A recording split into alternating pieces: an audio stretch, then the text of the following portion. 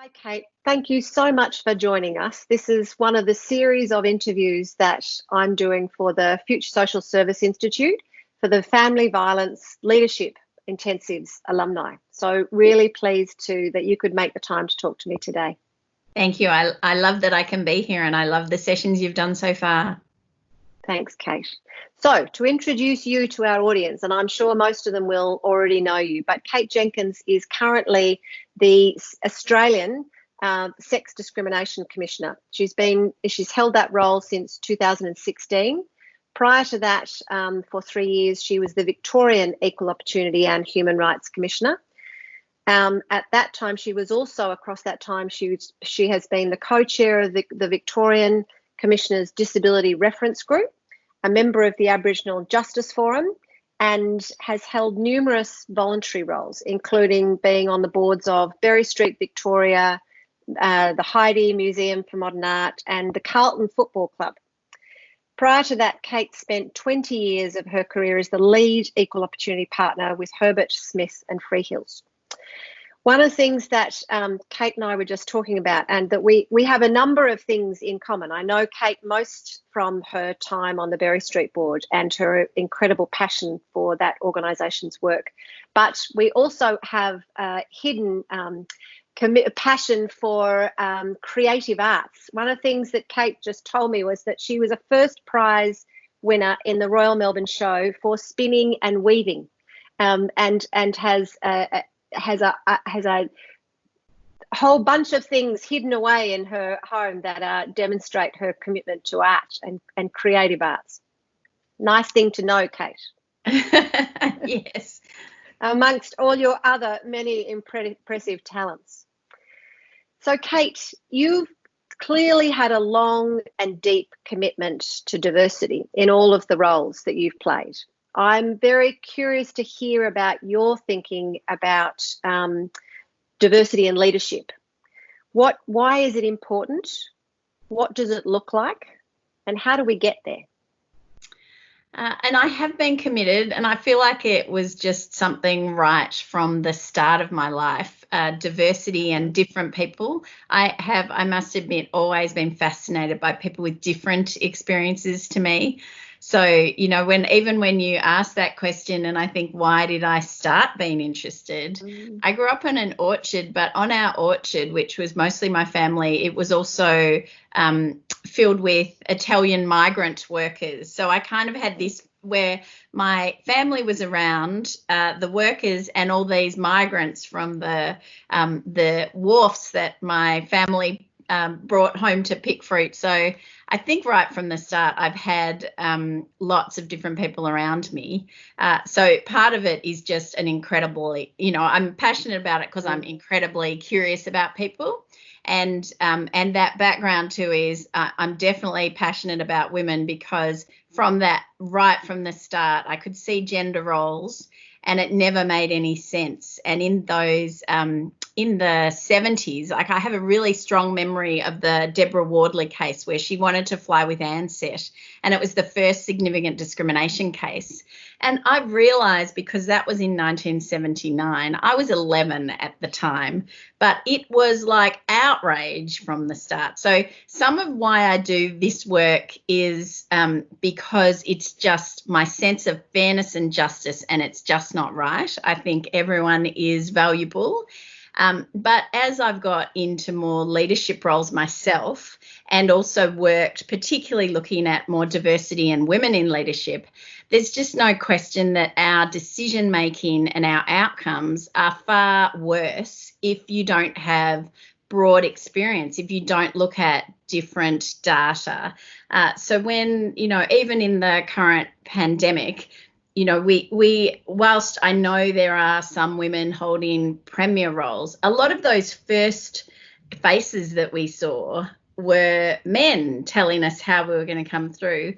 And I give the federal and the state government credit, because they made a number of mistakes that really didn't work for women, and there was a quick return. So everyone's staying home, and there was absolutely, in family violence, then a very quick realisation that home wasn't safe for many women. So I often look and think, well, if we had both politically, organisationally, more diversity in those leadership roles, we wouldn't make the first mistake, and actually we would get better decisions and have a better community. And I think that we keep ending up with the same types. We have to do things differently, but I do think that even from the 70s to now, people are much clearer. There is a lot more research on why, particularly women, how much that would add to our GDP in this current moment. If we know we can be more productive and, build our economy from more gender parity, then I think it's a really compelling argument. So I start off with a kind of a sense of outrage and injustice, but then I move to a sense of we will be better if we have more diversity in leadership. And I do reiterate, as you say, that it's not just women, but we know that's half the population. If we can't even get women into these roles, it really tells us lots about all of the people who are being left out of the key decisions. Absolutely, Kate. How do you think we get there? What do you think some of the important steps in getting us there are? The most important step is that more than just those diverse groups are invested in getting there. So it's been an interesting journey over time, but in my time as a lawyer, I always did discrimination cases. And I remember how much time we talked about the business case. And, I used to think, why do we, we're not having to explain the business case of all the men being there. Like, why are we having to justify this with a financial outcome? And I know the people watching this will be saying, well, the business case language doesn't make sense for a lot of our sectors. We're not looking to make more money. We are trying to make the community better. But so I think there's a number of things, but if I think in the current moment, for example, how do we get better? I think having more diversity in leadership is important, but in the absence of that, having more voice to leadership, having better use of data that, for example, is gender disaggregated. So there's so much, in the changes we're experiencing, and we know we look around the sectors that are immediately impacted. So the most female-dominated sectors are health and social assistance and education and training. They are on the front line. The next most female-dominated sectors are retail, trade and accommodation and food services, which have immediately been the first ones to all lose their jobs. So once you immediately look, we now see that, for example, women are going to be losing their jobs at a faster rate than men. So the projections from Grattan say young people and women will be more affected. So one way of getting there is for us to keep pushing for those different people in leadership, but also really focus on what we know, how we can make better decisions. But I am really convinced that we need more than just the people who are, not getting the opportunities to be recognising that it's an important thing. Yeah, absolutely. Kate, you've touched on issues across generations and different generational responses to what's occurring now with COVID and the impact of that first kind of discrimination case on you. One of the things that has been an emerging kind of part of the discussion throughout the particularly around I've been noticing it as part of the implementation of the Royal Commission recommendations and the transformation of the family violence sector, is thinking about the way different generations of feminists, what their approach has been, what they've prioritised over time. What are your thoughts about how we get the most productive relationships across generations, particularly in kind of addressing this space around family violence? I think it's so important. I think anyone who's worked in family violence would know the importance of particularly women who've gone before us, just really making all the difference to where we are now. And I think that recognising that and valuing that is really important, while also recognising for our times some of those things and the way we've operated maybe need to change to meet the moment we are now and the opportunities we have now.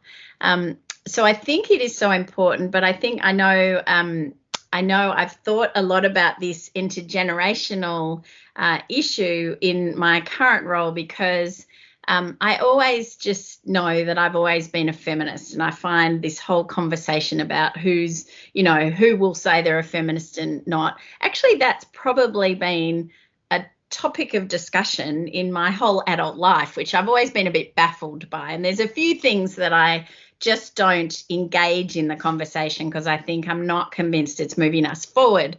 But this, the use or the language about feminism is, I'm a feminist, but there's all different ways. Different people believe we can move the agenda forward in terms of advancing women's rights. And so one of my recent examples where I suddenly had this light bulb of the different changes doing the sexual harassment inquiry. So on the 5th of March, which was right before we all went home, the Attorney General tabled our 18-month inquiry on sexual harassment at work. And Minister Payne, who's the Minister for Women, co-launched it with me. And my next 6 months was meant to be talking across the country about, and in fact, across the world. I had, plans for New York and Washington about this inquiry that everyone was interested in. Just for you to know, and your audience, you'll now see me on webinars in the next few months talking about that inquiry.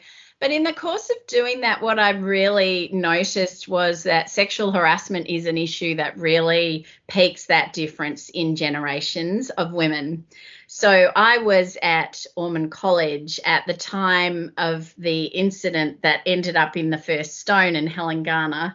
And I remember reading it, and I was then a practicing lawyer, and I had a very clear picture on this is sexual harassment. The college didn't handle the complaint very well. And so I understood why the women proceeded with their case. But there was a whole generation, and I still talk to them today, of women, including Helengana, who said, stop making a big fuss, put up with it. It's the least, it's the least of your worries. And these are women who fought really hard for really important developments for us. And I think at the time I was quite confused by that. I couldn't reconcile, as Virginia Trioli says, here was the women who fought really hard to get these laws put in place and then criticising us for using them. So I know then, and I know when we did the inquiry now, actually since that, which was 25 years ago to now, actually not a lot has changed on sexual harassment. So our inquiry has found that 1 in 3 Australian workers are sexually harassed, and it's really everyday so we always thought it would be better, but it isn't. And so in doing the national inquiry, I had conversations with older women and I had conversations with younger women. And if I put myself in the middle, others might put me in the older, but I'll put myself in the middle. And some of the older women I spoke to did say, I've reflected and I didn't think it was a big deal, but now I think that maybe I should have done something, because not that it affected me, but it seems to have continued sort of with impunity.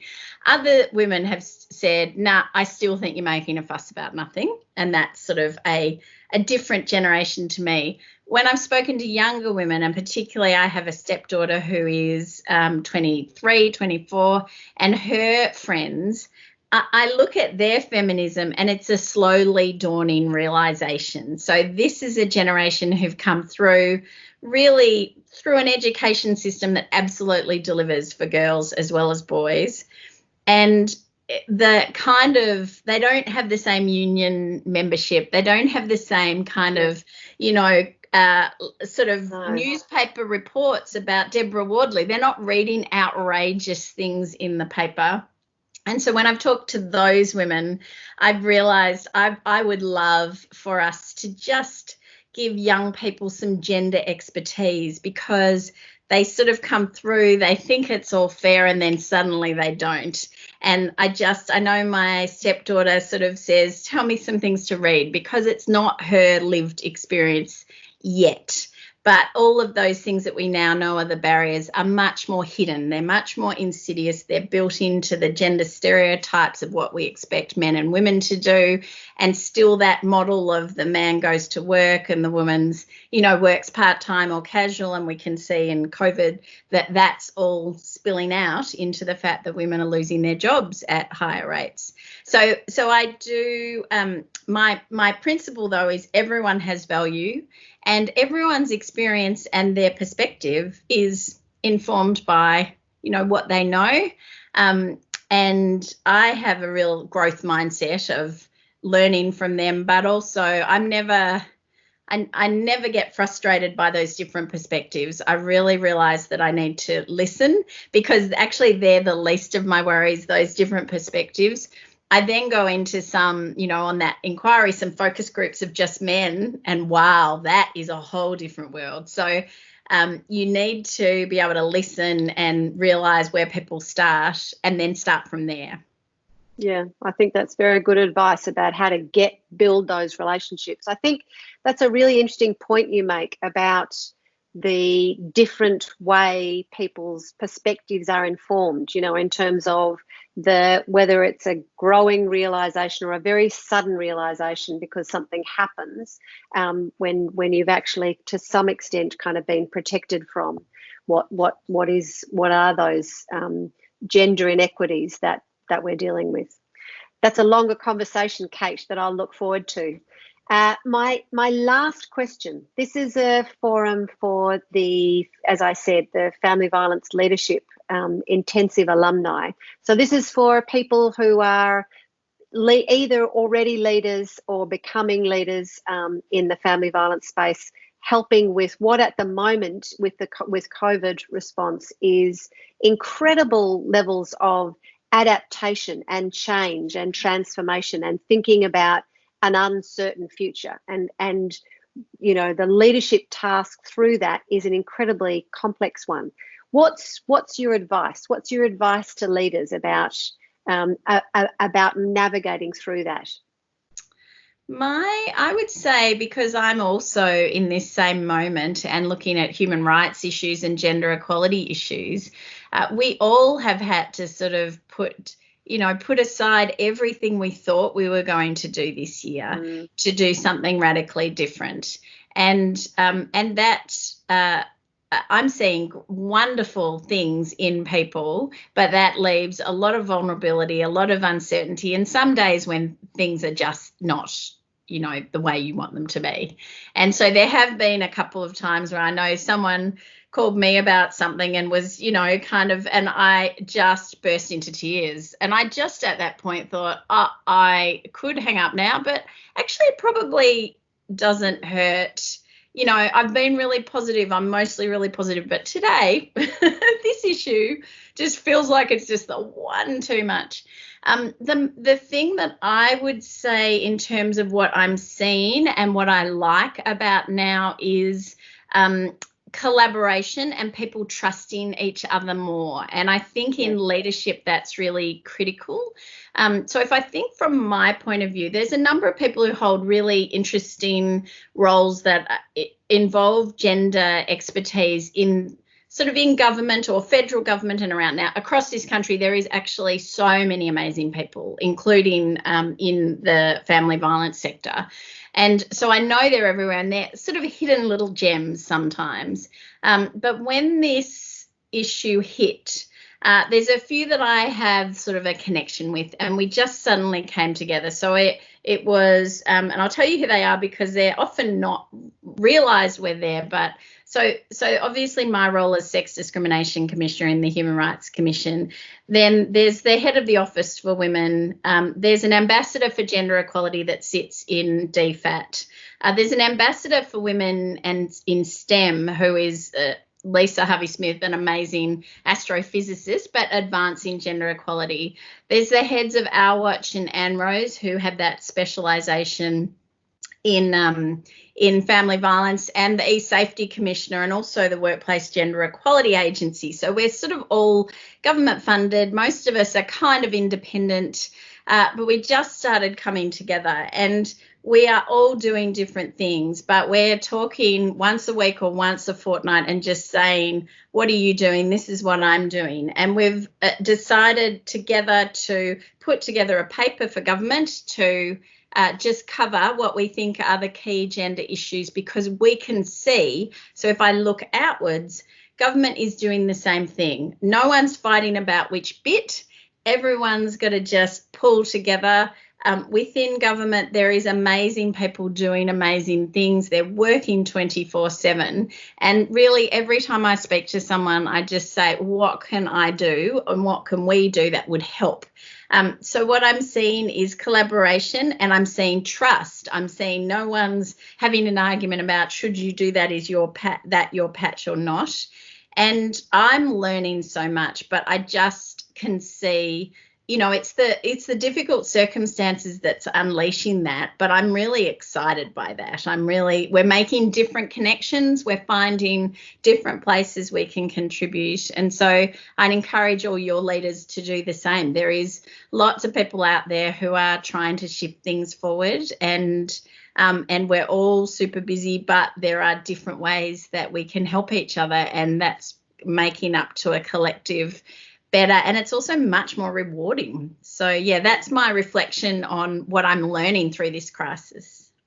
Yeah, Kate, I think that absolutely echoes what a lot of other people have been saying, and I've been experiencing. I think that making that preparedness to make connections and collaborate is absolutely magnified at the moment, and we've got to catch the moment. So yes. That's very good advice. Thank you very much for your time today, Kate. Thank you. That was a really interesting conversation. I appreciate your doing this work. Thanks, Kate.